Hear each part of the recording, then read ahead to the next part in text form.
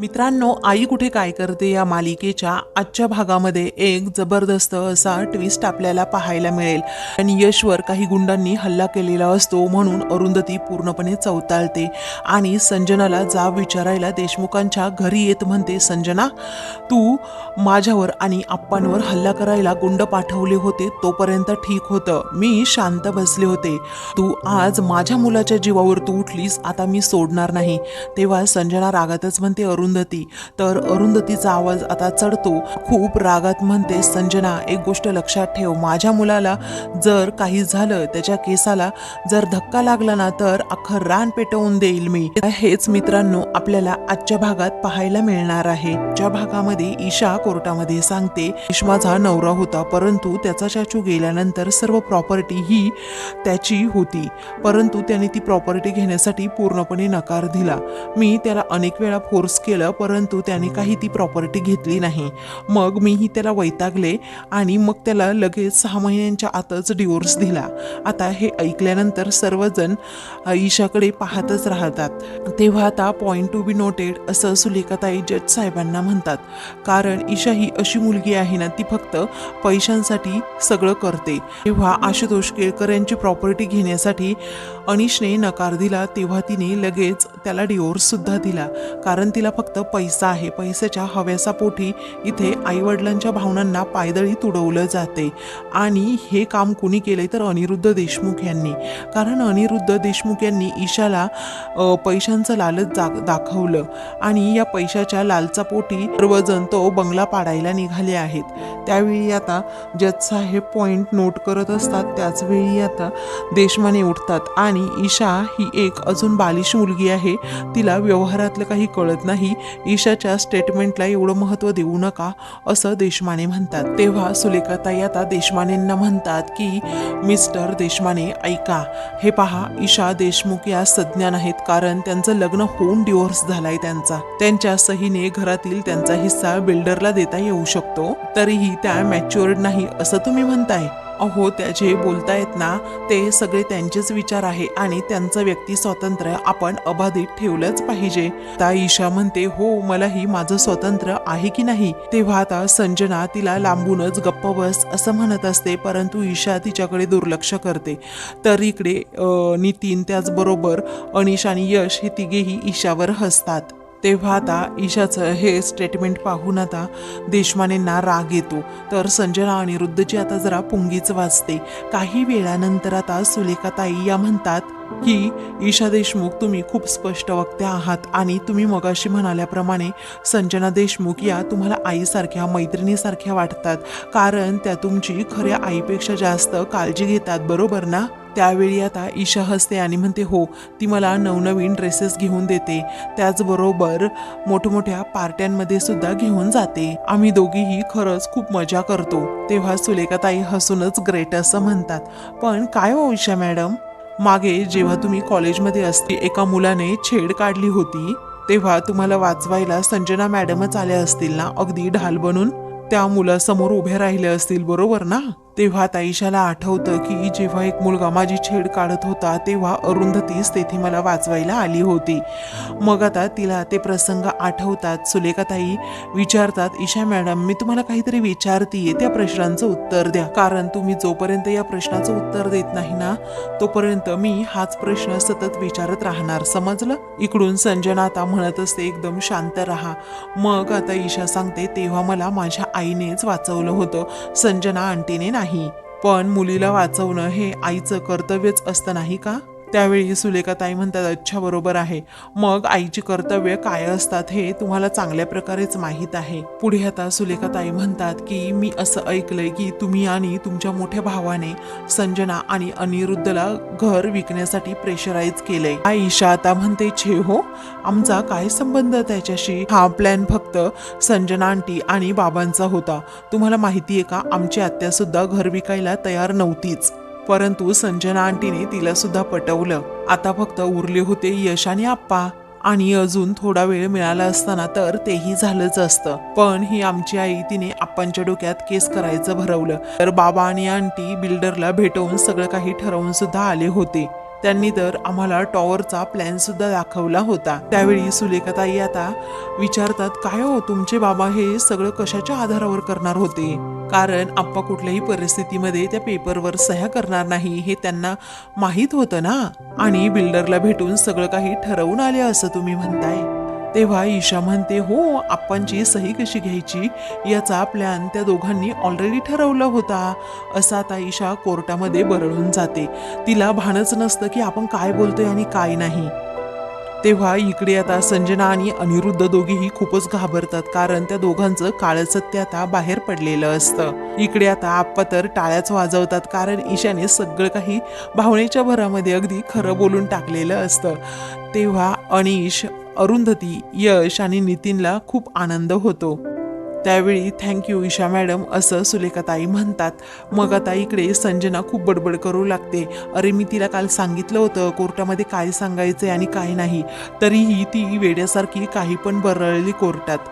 तेव्हा अनिरुद्ध डोक्यालाच हात लावतो. बाहेर आता सगळेजण येतात. तेव्हा एखाद्याला शब्दात कसं गुंडाळायचं हे तुला बरोबर जमतं ग मावशी, असं आता नितीन कौतुक करत म्हणतो. त्याच वेळी आता आप्पा म्हणतात, हो ना सगळ्या आशाच संपल्या होत्या. मग अरुंधती म्हणते, आता ही केस आपणच जिंकू अशी आशा निर्माण व्हायला लागली आहे सुलेखाताई. त्यावेळी आता आप्पांना सुलेखाताई म्हणतात की कसं आहे ना, अजूनही आपल्याकडे ठोस पुरावे नाही आहेत. आपली बाजू फक्त सत्याची आहे आणि त्या सत्याच्या बाजूच्या आधारावरच आपण आपली केस जिंकू शकतो असा मला निश्चय आहे. पुढे आप्पा म्हणतात की तसं जर झालं ना तर आमची कांचनना हत्तीवरून साखर वाटेन. त्यावेळी आता यश म्हणतो, पण हा अभि आहे ना तो कोर्टात आला पाहिजे, कारण त्याने कोर्टात साक्ष दिली तर खूप गोष्टी सॉर्ट आउट होतील. कारण आता हा आजारपणाचं नाटक का करतोय ना कळतच नाहीये मला. तेव्हा अरुंधती म्हणते, तो नाटक का करत असेल, खरंच आजारी असेल अरे तो. तेव्हा यश म्हणतो, नाही तो घाबरला असणार आहे. तेव्हा सुलेखाताई म्हणतात, यश बाळा त्याला त्याचा वेळ घेऊ देत, कारण स्वतःच्या वडिलांविरुद्ध साक्ष द्यायला तो अगदी मनाने तयार झाला पाहिजे. तेव्हा अरुंधती सुलेखाताईंसमोर हात जोडते आणि म्हणते, तुमचे खूप खूप उपकार आहेत आमच्यावर. जर तुम्ही नसतात ना आम्ही काय केलं असतं काय माहीत. त्यावेळी सुलेखाताई म्हणतात, तू, आप्पा, यश हे सर्वजण माझी माणसं आहात ना, आणि आपण आपल्या माणसांसाठी जे काही करतो ना ते फक्त प्रेमापोटी, त्यात उपकार कसले आलेत ग. तेव्हा सुलेखाताई आता आप्पांना बजावूनच सांगतात की जगात ना कुणावरही एवढा विश्वास कधीच ठेवायचा नाही. अगदी आपल्या मुलांवर सुद्धा विश्वास ठेवायचा नाही, कारण पैशांसाठी माणसं कधी कशी फिरतील ते सांगता येत नाही. आणि जगण्यासाठी पैसा लागतो हे तरी सत्यच आहे ना. काय आहे ना, आपण मुलांसाठी पैसा खर्च करतो, अगदी आपली पुंजी सुद्धा त्यांच्यासाठीच देतो. आणि आपल्याला वाटत असतं आपली मुलं म्हणजे आपली म्हातारपणाची काठी आहे, परंतु तसं असतंच असं नाहीये. अहो आधाराचं तर सोडा, परंतु कधी कधी मुलं तर आपल्या आईवडिलांनाच रस्त्यावर आणायला सुद्धा घाबरत नाहीत. तेव्हा आप्पा आता इमोशनल होतात आणि म्हणतात, हो ते आम्ही बघतोच आहे, कारण आमचा अनिरुद्ध कसा आहे ना आम्हाला माहीत आहे. कांचनने आणि मी त्याच्यासाठी खूप काही केलंय, परंतु तो आमच्या विरोधात गेलाच ना. तेव्हा सुलेखाताई एका गोष्टीची जाणीव करून देतात की आज अरुंधती तुमच्या पाठीमागे अगदी खंबीरपणे उभी आहे, म्हणून आज तुम्ही तुमच्या मुलाविरोधात केस करू शकलात. समृद्धी बंगला तुम्हाला मिळायची परत आशा निर्माण झाली, परंतु जर अरुंधती नसती तर मग काय केलं असतं तुम्ही? ती आशा पूर्णपणे मावळली असती, पण पैसा सुद्धा हाती राहिला नसता, आणि मग तुम्ही आणि कांचनताईंनी उरलेलं आयुष्य कसं काढलं असतं. तेव्हा आप्पा अगदी इमोशनल होतात आणि म्हणतात, मी विश्वास एवढा अनिरुद्धवर ठेवायलाच नको होता. इथून पुढे मी कोणासाठीही अजिबात काही करणार नाही आणि विश्वास तर ठेवणारच नाही. इथून पुढे ना आमच्या म्हातारपणाची सोय म्हणून कांचनसाठी आणि माझ्यासाठी तर मी पैसे बाजूला काढून ठेवणारच आहे. आप्पा आता सुलेखाताईंना सांगतात, कारण आता जर पैसे साठवून ठेवले तर मग कोणापुढे हात पसरायची अजिबात वेळ येणार नाही. आणि सुलेखाताई, मी हे असंच माझ्या मित्रांना सुद्धा सांगणार आहे. अहो माझ्या अनुभवातून त्यांना शहाणपण आलं तर बरंच आहे ना. तेव्हा यश म्हणतो, आप्पा झालं ते झालं, अहो आम्ही सर्वजण तुमच्याबरोबर आहोत, त्यामुळे अजिबात विचार करू नका. तेव्हा आता सुलेखाताई म्हणतात तुम्ही आता सर्वजण जा घरी, कारण मला पेपर काही सबमिट करायचे आहेत, मी नंतर येते. अनिश आपण आश्रमातच भेटूयात असं त्या म्हणतात आणि तिथून जातात. तर आप्पांना घरी घेऊन आता सर्वजण जायला निघतात. इकडे आता संजना ही ईशावर खूपच चिडते आणि डोक्यावर पडलीस का असं विचारते.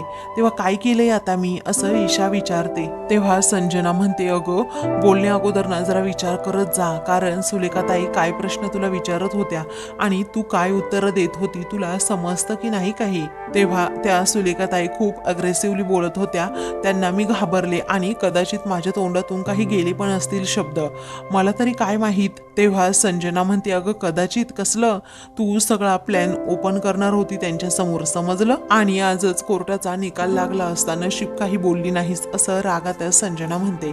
त्यावेळी ईशा म्हणते ठीक आहे ना, अगं काही झालं नाही ना मग कशाला एवढी बोलतेस.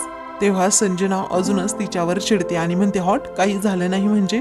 पुढे आता संजना म्हणते की आज तू जे स्टेटमेंट दिलं आहे ना ते कोर्टाने धरून ठेवलं म्हणजे मग काय करायचं. काय म्हणालीस तू कोर्टात की बाबा एवढे कॉन्फिडंट होते की आपणच्या सह्या कशा घ्यायच्या हे त्यांना माहीत होतं अगोदरपासून.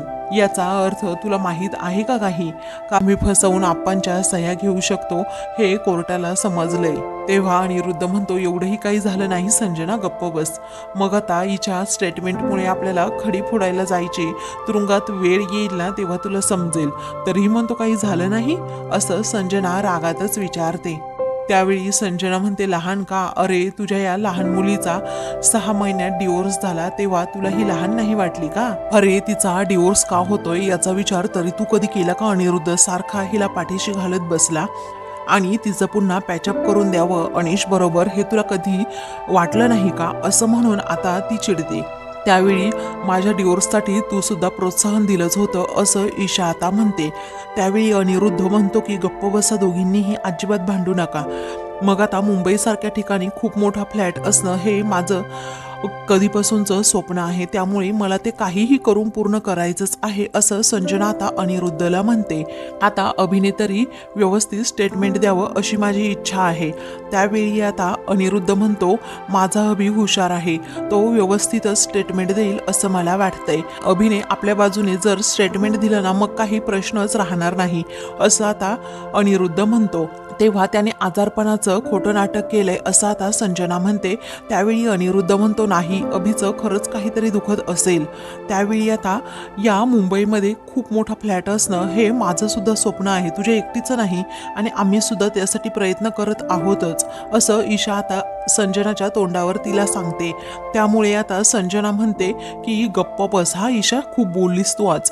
मग आता त्या दोघीही खूप वैतागतात. अनिरुद्ध त्या दोघींनाही गप्प करतो. तस तेथे सर्वजण येतात. तेव्हा अनिश रागातच आता ईशाला म्हणतो ईशा बरं झालं मी देवाचे आभार मानतो, अगं तू माझी बायको नाही आहेस, कारण कोर्टात तू जे काही स्टेटमेंट देत होती ना त्यामुळे मला खरंच खूप आज आनंद झालाय. तू जे काही बोलली ना त्यामुळे आमची बाजू आता एक पाऊल पुढे गेली आहे सक्सेसच्या दिशेने, आणि खरंच तू माझी बायको नाही आहे ना याचा मला प्रचंड आनंद होतोय.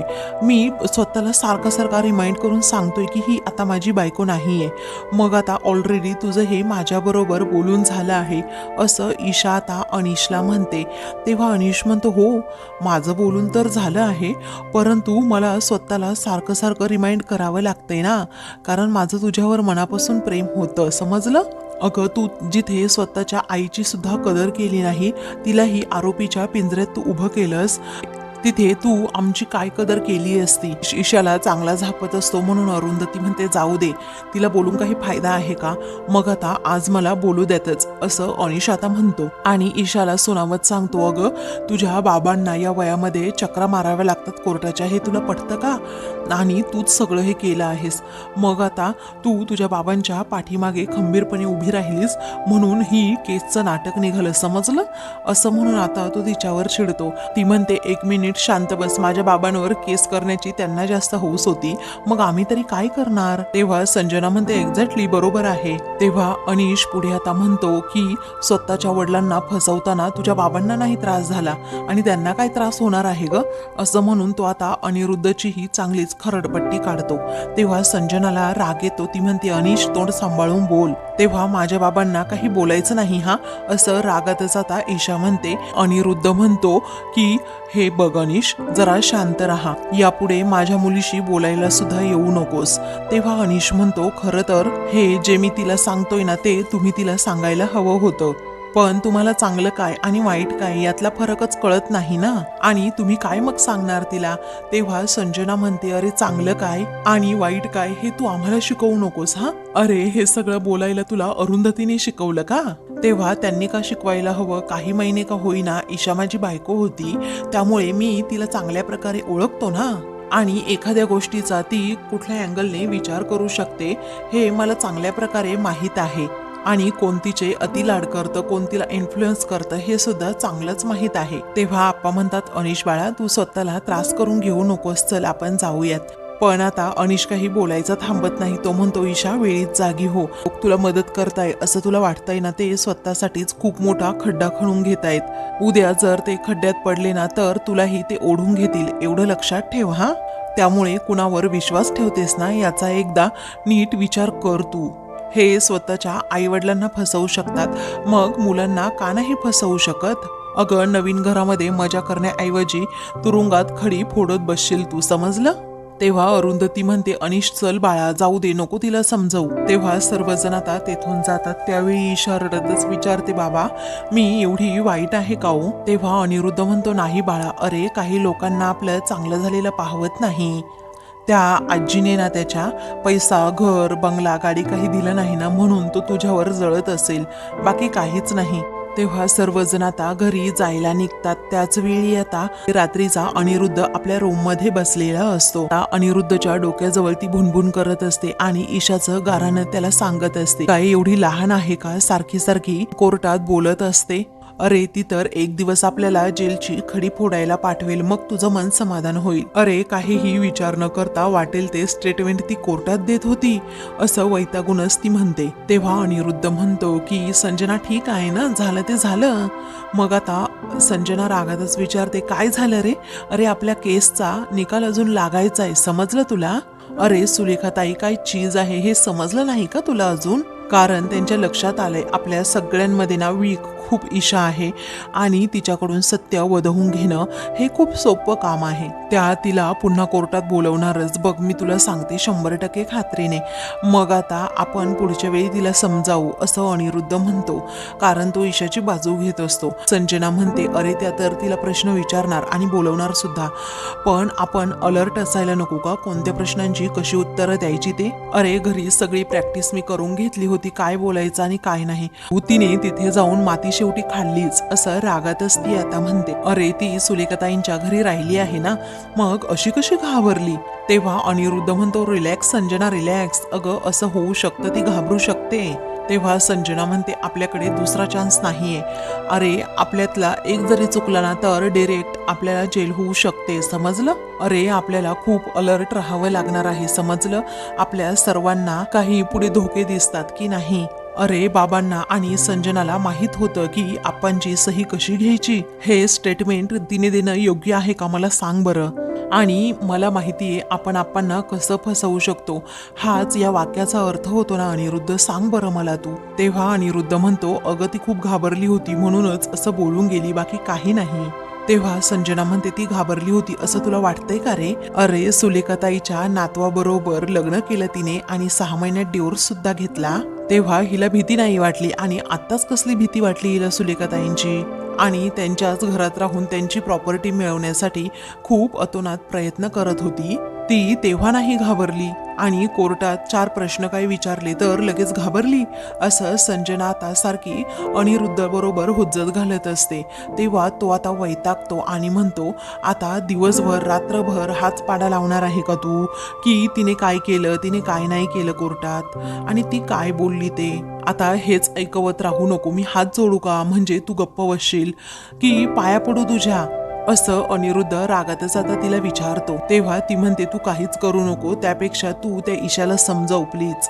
तेव्हा तू तर तुझ्या पद्धतीने काही समजवायला जाऊच नको, ईशाबरोबर मी बोलते आता माझ्या पद्धतीने, असं संजना म्हणते. त्याच वेळी आता ती ईशाकडे चाललेली असताना मग तेवढ्यातच अभि तेथे येतो. अभिला पाहताच संजना थांबते.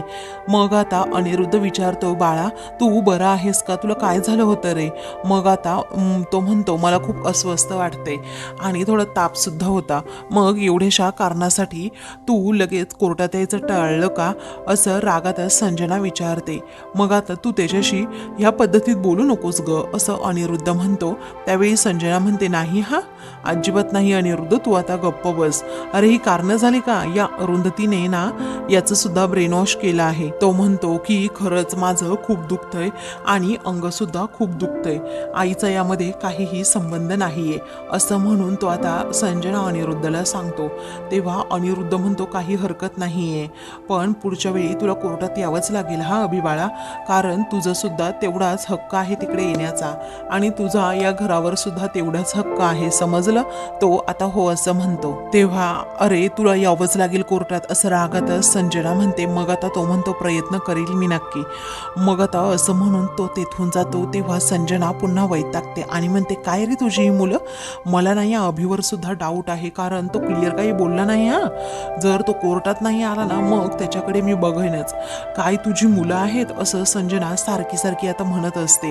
नक्कीच त्याच्या मनात दुसरं वेगळं काहीतरी सुरू आहे असं मला वाटते. अनिरुद्धला ती क्लिअरली सांगते. संजना आता त्याच गोष्टीचा सतत विचार करत असते. मग आता मित्रांनो, पुढील भागामध्ये अरुंधती रागातच देशमुखांच्या घरी येते आणि म्हणते, संजना काय ग, तू माझ्या आणि आप्पांच्या जीवावर उठलीस, परंतु आता माझ्या मुलाच्या सुद्धा जीवावर उठलीस का? तेव्हा अरुंधती, असं रागातच संजना म्हणते. त्यावेळी आता खबरदार, जर माझ्या मुलाच्या केसाला धक्का लागला ना तर अख्खं रान पेटवून देईल मी, असं रागातच आता जेव्हा अरुंधती म्हणते तेव्हा सर्वांनाच मोठा धक्का बसतो, कारण यशवर काही गुंडांनी हल्ला केलेला असतो. अशाच मालिकेंचे पुढील भाग पाहण्यासाठी चॅनलला सबस्क्राईब